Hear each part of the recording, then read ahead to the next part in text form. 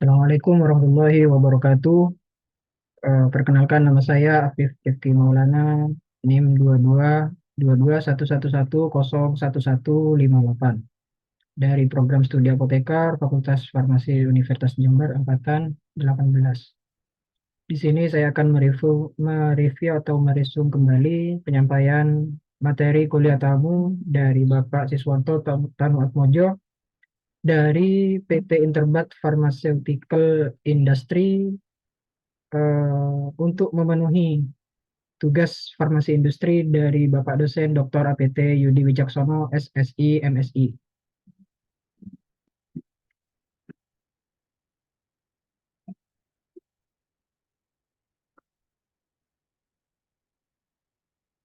Isi presentasi resume atau review pada kesempatan kali ini terdiri dari tiga. Yang pertama ada pengembangan farmasi, yang kedua ada studi praformulasi, dan yang ketiga ada tahap pengembangan.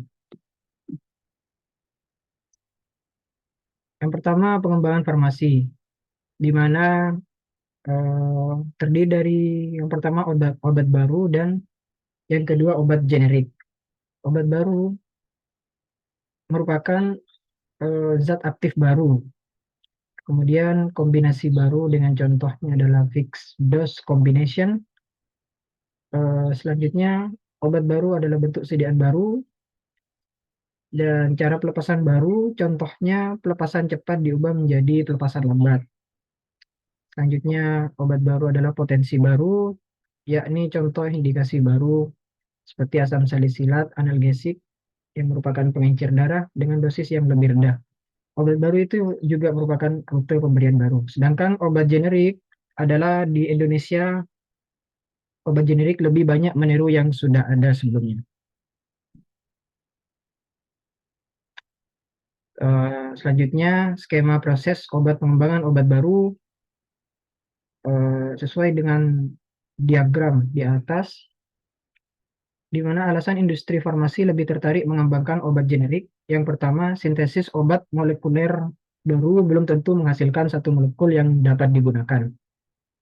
Yang kedua, biaya pengembangan obat baru sangat tinggi, kemungkinan dengan kegagalan yang tinggi juga.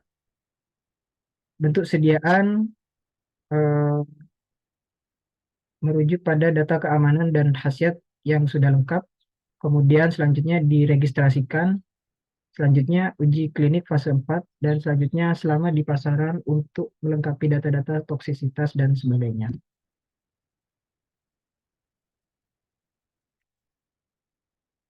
Obat obat baru atau obat generik itu terdiri dari tiga. Yang pertama, new drug development. New drug development ini terdiri dari beberapa poin. Yang pertama, molekul baru, resiko yang sangat tinggi, kemudian dihindari oleh industri di Indonesia. Profit profit lebih tinggi dari penelitian, atau memerlukan biaya penelitian yang biaya yang lebih tinggi, sehingga karena waktu penelitian dan pengembalian modal yang lama dilakukan oleh perusahaan luar negeri dengan sokongan dana yang kuat. Yang kedua, improvised drug development, eh, tentunya dengan beberapa poin-poin. Yang pertama, improvised drug development ini memiliki resiko yang rendah, tidak perlu berbagai macam percobaan pengembangan molekul, dan modal cepat kembali. Industri farmasi sering menggunakan jenis pengembangan model model yang seperti ini. Yang ketiga, generic drug development paling mudah dilakukan.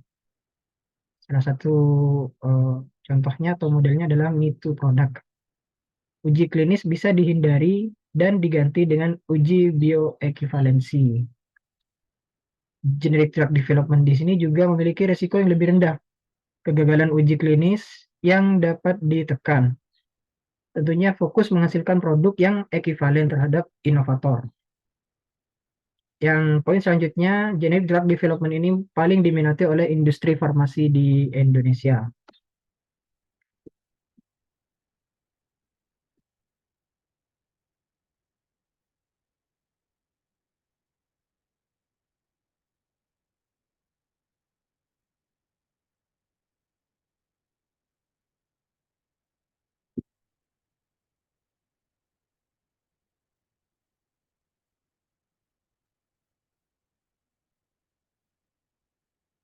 Selanjutnya, alur proyek pengembangan pada bagian R&D tiap industri itu berbeda-beda. Sesuai dengan diagram yang terdapat pada slide berikut, business development dan marketing itu harus memiliki evaluasi produk prospektif untuk dikembangkan dan dijual usulan, kemudian usulan yang harus disampaikan ke R&D. Selanjutnya R&D menilai bahwa eh, penelitian ini oke dan kemudian dilanjutkan pengembangannya.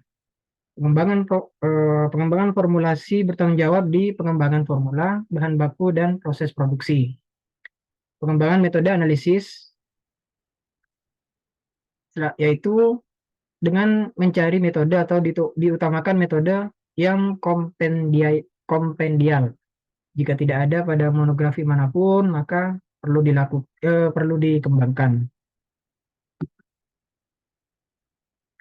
R&D di sini merujuk pada berbagai mekanisme atau proses sesuai dengan diagram, terdiri dari usulan, kemudian dilanjutkan dengan persiapan, dilanjutkan dengan pengembangan, dan dilanjutkan dengan registrasi.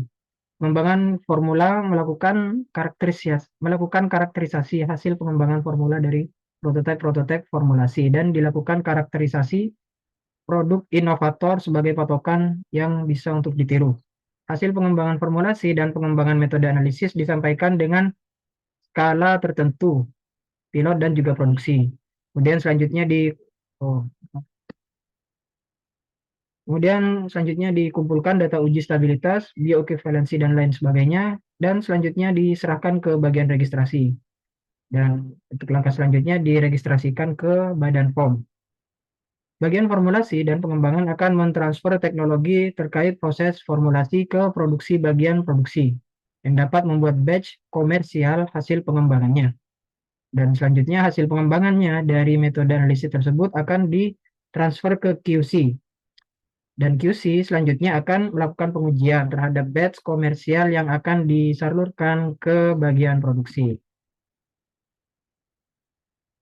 Alur proyek pengembangan obat terdiri dari yang pertama ada survei pasar dan forecasting, yang kedua ada CPOB, fasilitas dan peralatan, yang ketiga paten, yang keempat sourcing, dan yang kelima estimasi harga.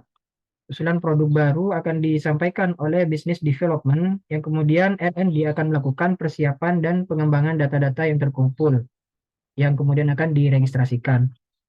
Marketing dan business development bekerja sama melakukan survei pasar dan forecasting untuk menentukan produk yang diperlukan, disampaikan kepada R&D, kemudian R&D evaluasi berdasarkan CPOB untuk menilai kesiapan fasilitas dan peralatan yang dimiliki industri. Jika tidak memenuhi atau terkait peralatan dan fasilitas, dapat dilakukan toll manufacturing. Kemudian R&D juga akan menentukan waktu produk launching ke pasaran. Pertimbangkan masa paten produk untuk menghindari tuntutan-tuntutan dari luar.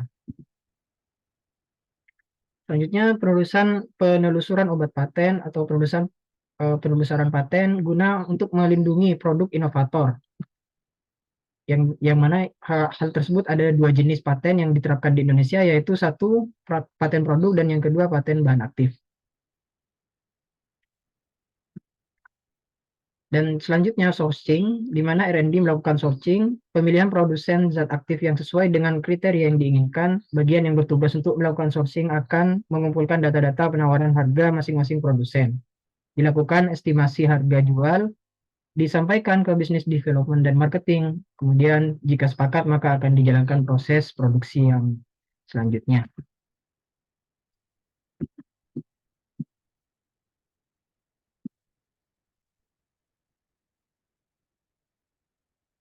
Cakupan pengembangan untuk pengembangan obat, yang pertama terdiri dari formula, yang kedua proses diiringi dengan peningkatan skala produksi, pilot, kemudian produksi. Yang ketiga ada analisis berdasarkan kompendial atau literatur lain atau non-kompendial. Yang keempat kemasan, terkait mitigasi permasalahan stabilitas berbeda dengan desain yang berkaitan dengan kelengkapan informasi pada kemasan. Pengembangan produk MITU yang pertama material. Material di sini yaitu dengan menentukan bentuk sediaan yang akan diproduksi. Produk generik umumnya meniru bentuk sediaan produk originator, yang kemudian bahan aktif dan eksipien itu harus sesuai dengan spesifikasi rancangan awal. Yang kedua, proses atau manufacturing adalah menyesuaikan dengan karakteristik bahan aktif dan bentuk sediaan. Tentukan parameter target. Yang ketiga, evaluasi dilakukan pengujian-pengujian yang sesuai. Perlu evaluasi bioekuivalensi juga untuk menentukan kesesuaian dengan produk originator.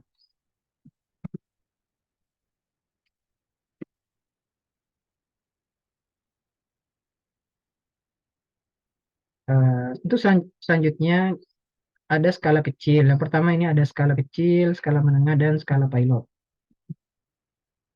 Skala kecil di sini terdiri dari metode analisis tentatif, optimasi formula. Yang kedua ada skala menengah, terdiri dari uji stabilitas bagian, validasi metode analisis, validasi pembersihan, evaluasi bahan kemas, dan yang skala yang lebih advance di sini ada skala pilot atau produksi, terdiri dari validasi proses, transfer teknologi, uji waktu tunggu, uji stabilitas, dan uji BE. Skala kecil eh, di mana akan mencoba menganalisis secara tentatif atau belum divalidasi penuh. Andef akan melakukan karakterisasi obat originator untuk menjadi pedoman atau rancangan yang akan ditiru. Selanjutnya, Fordev akan melihat formula dengan karakteristik yang mirip dengan originator. Prototype atau formula yang sesuai akan dinaikkan ke skala yang berikutnya. Skala yang berikutnya ada skala menengah dengan kapasitas 10.000 tablet, sudah melibatkan sedikit validasi proses, menentukan parameter-parameter proses yang dapat dilakukan uji stabilitas sebagian atau dipercepat pada suhu ekstrim 50-60 derajat Celcius untuk melihat kelayakan produk ke skala berikutnya. Jika sudah diputuskan, dapat naik ke skala pilot atau produksi. Validasi metode pembersihan harus dilakukan oleh Andef jika bahan aktif yang digunakan menjadi marker pembersihan. Dan untuk langkah yang selanjutnya, langkah yang advance atau yang langkah mutakhir di sini adalah skala pilot atau produksi, di mana bisa menampung 100.000 tablet. Validasi proses yang dilakukan juga lebih rinci. Transfer teknologi kepada bagian produksi sebagai penerima formula, dan proses uji waktu tunggu dilakukan untuk mengetahui produk antara produk bahan yang dapat disimpan dalam waktu beberapa lama jika sewaktu-waktu perlu dilakukan perbaikan mesin ketika mesinnya mengalami kerusakan. Dan uji stabilitas pada suhu 30 dan 40 derajat Celcius.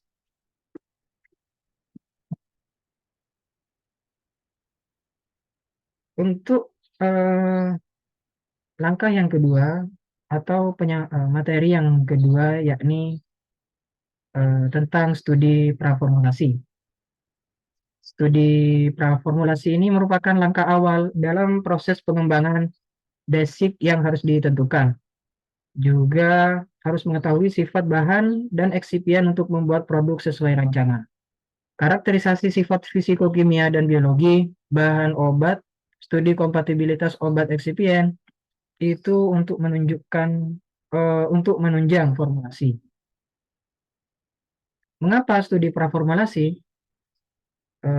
Di mana dilakukan studi praformulasi itu tanpa data. Alasannya adalah tanpa data tidak dapat membuat sesuatu teori.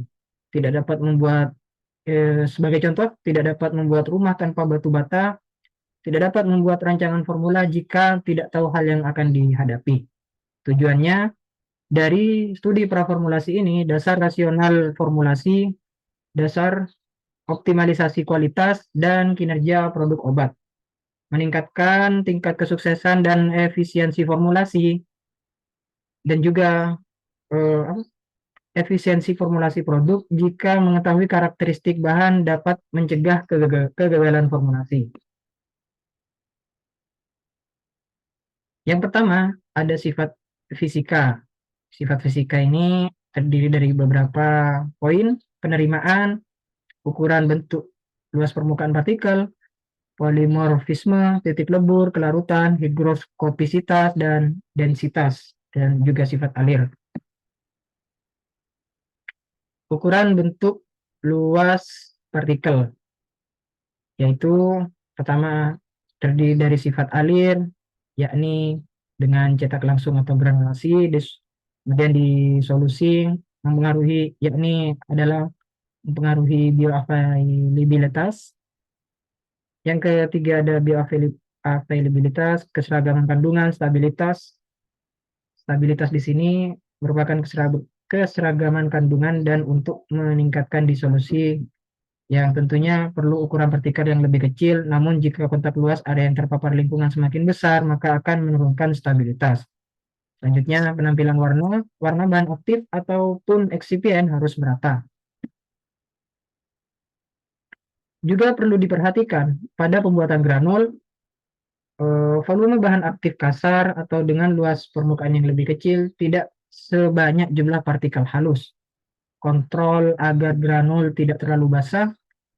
Kemudian pada pengujian di solusi, ukuran partikel yang lebih besar akan memberikan profil di solusi yang lebih rendah. Pengujian keseragaman partikel dapat dipengaruhi karena kehilangan jumlah partikel. Misalnya kehilangan satu partikel besar itu sama dengan kehilangan 10 partikel kecil. Polimorfisme, transformasi karena proses itu merupakan bentuk kristal secara termodinamik lebih stabil sehingga kecenderungan berubah bentuk kecil, sedangkan amorf kurang stabil sehingga berusaha berubah ke bentuk stabil atau kristal. Pada saat uji stabilitas akan terjadi penurunan di solusi karena lebih stabil maka kelarutannya tidak sebaik amorf. Pengujian di solusi pada bentuk amorf akan mengalami penurunan profil di solusi karena membentuk kristal stabil dengan kelarutan lebih lama dan juga mempengaruhi bioavailabilitas karena penurunan kelarutan akan berpengaruh pada jumlah obat yang akan siap diserap tubuh. Polimorfisme ini juga terdiri dari stabilitas di solusi dan bioavailabilitas. Titik lebur. Titik lebur di sini adalah yang pertama kemurnian bahan, yang kedua pemilihan proses. Proses tabletasi dapat menimbulkan panas karena adanya gesekan terutama saat pengeluaran tablet, sehingga perlu diminimalkan dengan menurunkan kecepatan mesin. Namun hati-hati juga untuk bahan yang titik leburnya rendah seperti ibuprofen dengan titik lebur 70 derajat Celcius. Eutektik bermasalah jika bentuknya bentuk solid. Bagaimana cara membatasi menggunakan eksipien supaya bahan eutektik ini tidak bercampur? Namun sifat ini dimanfaatkan pada pembuatan sediaan krim atau sirup untuk membantu kelarutan. Ketika bahan eutektik dicampur akan mencair, kemudian hanya perlu menambahkan pelarut atau basis krim. Selanjutnya kelarutan, di mana bentuk sediaan dari kelarutan harus menyesuaikan bentuk sediaan. Seperti contohnya suspensi atau larutan. Selanjutnya cairan granulasi, diharapkan cairan granulasi ini tidak sangat melarutkan zat aktif. Dan kelarutan ini juga dipengaruhi oleh disolusi. Higroskopisitas. Higroskopisitas adalah sifat bahan yang dapat menarik air dari lingkungan pada kondisi RH kritis tertentu. Misal, suatu bahan mulai menyerap di RH 70, maka harus dilakukan pengaturan lingkungan. Fasilitas produksi supaya bahan tidak menyerap air, semisal RH yang baik, harus di bawah 40. Mitigasi dengan mengoptimalkan pemilihan kemasan. Fluorescence selanjutnya merupakan bagian dari higroskopisitas. Sifat bahan pada kondisi air tertentu akan menyerap air dan pada suhu serta kelembaban tertentu akan melepaskan air yang diserapnya. Deliquescence adalah sifat bahan yang dapat menyerap air kemudian larut di dalam air yang diserapnya. Semakin basah dan berbentuk cair, semakin basah dan berbentuk cair, contohnya MgCl2, ranitidin, atau ranitidin bergantung pada tingkat impurities. Jika cukup tinggi maka RH kritis akan menurun. Kemudian akan mudah menyerap air dan berubah semakin gelap seperti coklat. Yang selanjutnya itu harus mengetahui cara mengatasinya. Densitas terdiri dari sifat alir dan load mesin. Yang kedua, sifat kimia terdiri dari struktur dan gugus fungsi, konstanta ionisasi atau pKa, koefisien partisi, isomer, stabilitas fase padat dan dalam larutan, dan juga motor dan senyawa sejenis. Di mana struktur kimia diperlukan pengetahuan struktur kimia untuk research and development, prediksi sifat larutan dan permeabilitas berdasarkan fungsi pH, prediksi kerentanan stabilitas, di mana pada gambar di samping adalah merupakan contoh dari struktur kimia asam salisilat dan difenhidramid. Konstanta ionisasi atau pKa. pKa merupakan parameter yang sering digunakan. pKa merupakan kemampuan senyawa melepas proton dalam suatu pelarut dalam kondisi setimbang. Senyawa asam versus basa dapat digunakan untuk menentukan senyawa asam basa. Dan juga apakah konstanta di sini, ionisasi atau pKa di sini harus digunakan untuk menentukan senyawa asam dan basa? Tidak. Harus melihat struktur kimianya juga. Jika senyawa memiliki pKa 7 berada pada lingkungan pH yang sama dengan pKa, maka akan berada dalam keadaan setimbang 50% terionisasi dan 50% tidak terionkan, atau 1:1.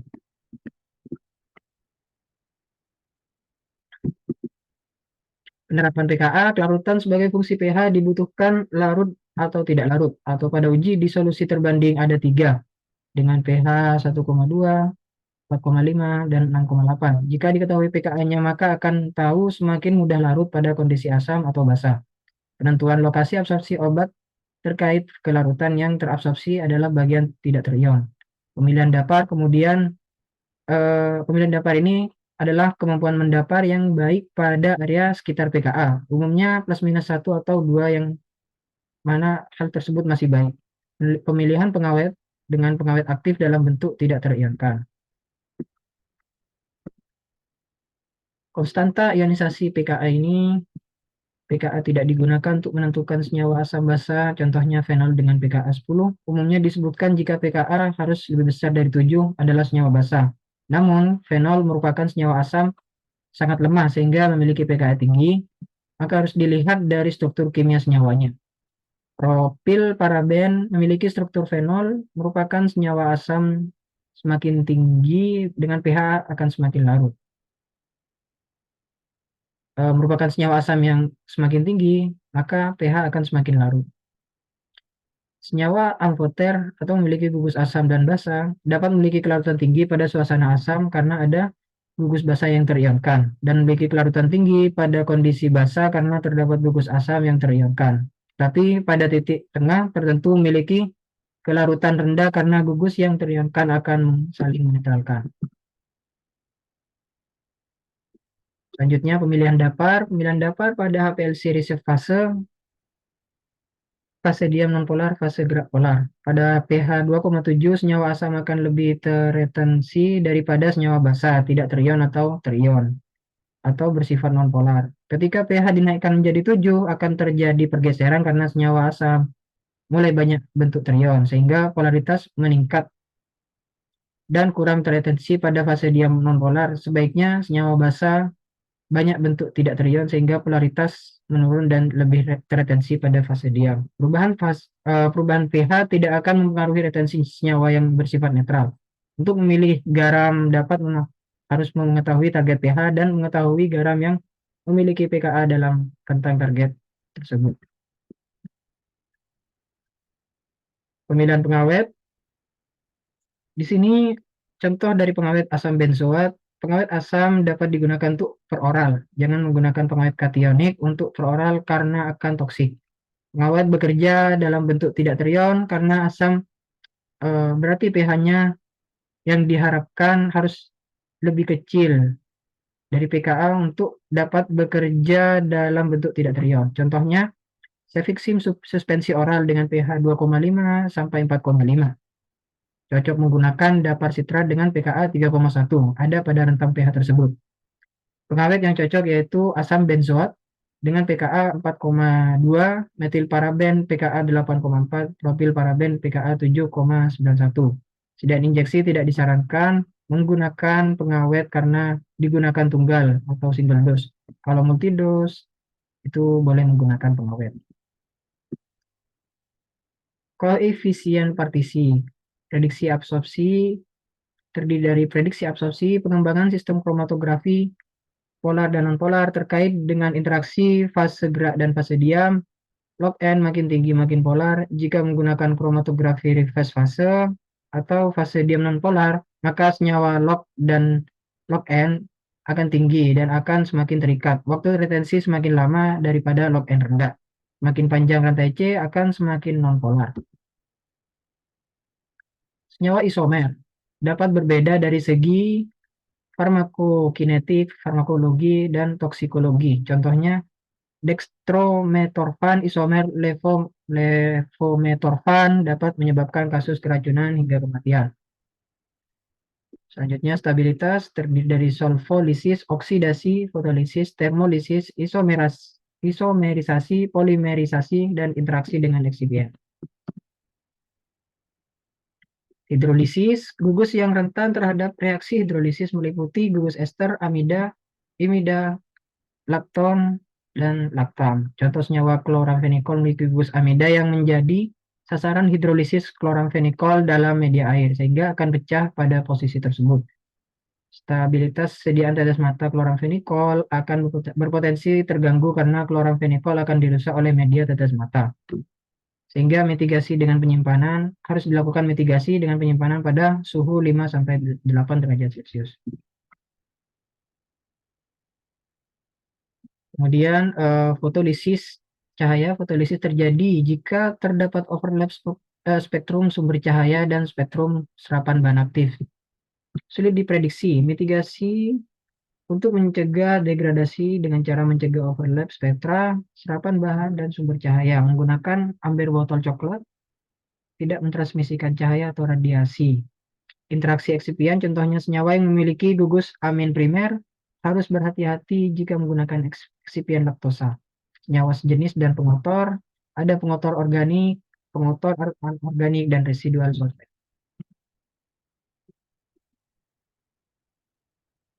Sifat biologi, klasifikasi biofarmasetika BCS. Dengan memiliki keamanan terhadap operator adalah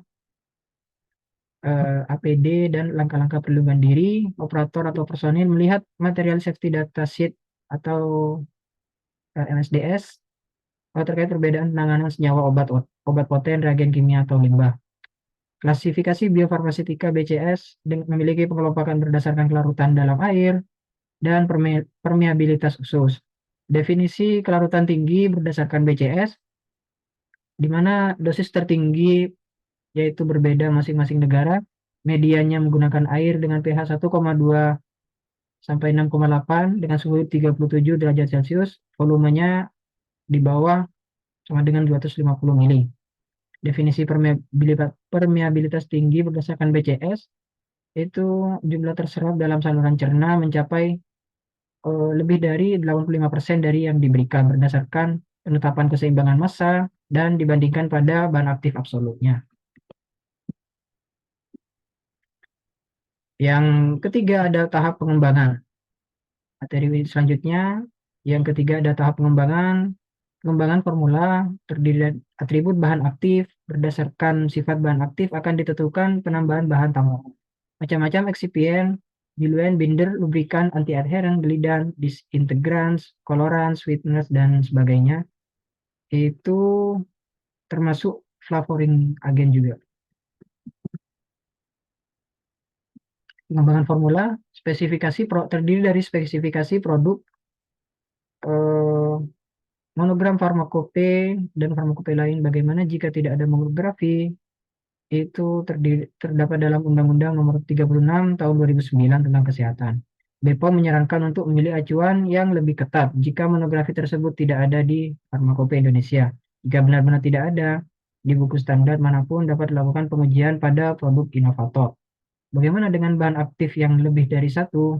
Pada buku standar terdapat monografi sediaan yang memiliki lebih dari satu bahan aktif harus disesuaikan persyaratan. Pengembangan formula, karakterisasi produk komparator yang dengan bentuk MITU, meniru yang sudah ada, sifat fisiko-kimia dan biologi, Black Score. Komponen bahan tambahan secara kualitatif, target populasi pasien. Sediaan pediatrik, ada tes masking, bentuk sediaan, keamanan eksipien, contoh eksipiennya, ya, misal sorbitol, propilen glikol, laktosa, benzil alkohol, etanol. Inkompatibilitas dengan eksipien digunakan untuk eksipien yang sama dengan produk originator. Bagaimana jika pencampuran tidak dapat dihindari saat formulasi? Gunakan metode penyekatan bahan aktif, seperti double layer coating antara bahan aktif. Pengembangan proses produksi sediaan tablet, cetak langsung dan granulasi. Kemasan farmasi, macam-macam kemasan farmasi berdasarkan jenis sediaan kemasan, yakni ada kemasan sediaan padat, sediaan cair, sediaan semi solida, sediaan steril. Kemasan ada kemasan gelas atau plastik dan juga plastik, gelas berat dan plastik isu lingkungan. Gelas untuk produk obat ada tipe 1, 2 dan 3.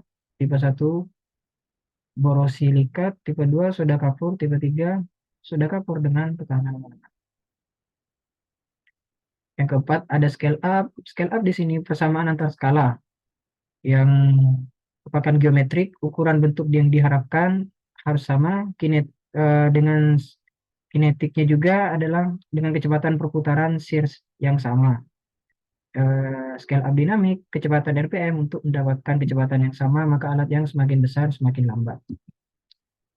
Baik, demikian penyampaian resume atau review kuliah tamu pada kesempatan kali ini. Terima kasih dan mohon maaf apabila ada kesalahan. Wassalamualaikum warahmatullahi wabarakatuh.